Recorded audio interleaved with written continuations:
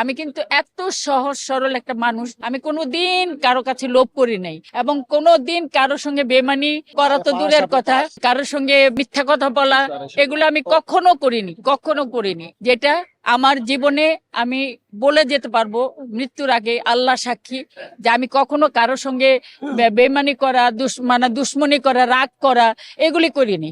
শয়তানি করেছি, দুষ্টামি করি সবার সঙ্গে, ছোট বড় সব, জুনিয়র সিনিয়র মানি না, আমি সবার সঙ্গে বন্ধু সুলভ আমার। তো আমি চাইবো যে আল্লাহ পাক যদি আমাকে আনে, আমি যদি আসি, আমার প্যানেল যদি আসে, তাহলে আমি যেটা চিন্তা করে রেখেছি। স্যান্ডেলিনা সো, রূপচর্চায় আভিজাত্য। আমার মনের ভিতরে যেটা রেখেছি, এখানে আমার চিন্তা যেটা আগেও ছিল, আগে যারা ছিলেন তারাও অনেক কিছু বলেছে, যে আমাদের যে সিনিয়র জুনিয়র শিল্পীরা আছে যারা অনেক কষ্ট করে, বৃষ্টি বাদল ঝড় তুফান না খেয়ে থাকে, বাড়ি ঘর নেই, তারা তারপরেও কিন্তু এই এফডিসি কে এত ভালোবাসে যে এফডিসির মধ্যে এসে পড়ে থাকে। কেউ জিজ্ঞেস করলে খাবার দিলে খায়, না দিলে না খেয়ে থাকে।